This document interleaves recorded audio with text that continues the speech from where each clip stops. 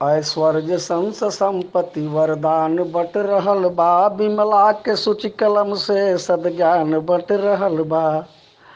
ऐश्वर्य sons संपत्ति वरदान बट रहल बा।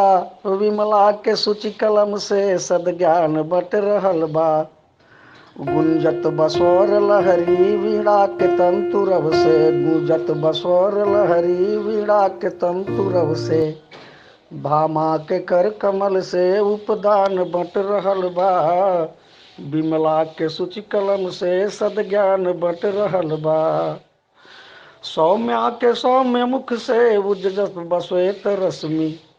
सौम्या के सौम्य मुख से उज्जत बसवेत रश्मि। माई के चरण रज से उपधान बट रहल बा। ऐश्वर्य संस संपत्ति वरदान बट रहल बा।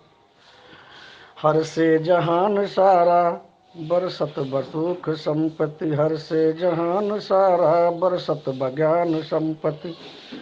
दरबार में रमा के अरे दरबार में परा के विज्ञान बट रहल बा। विमला के सूचि कलम से सद्ज्ञान बट रहल बा।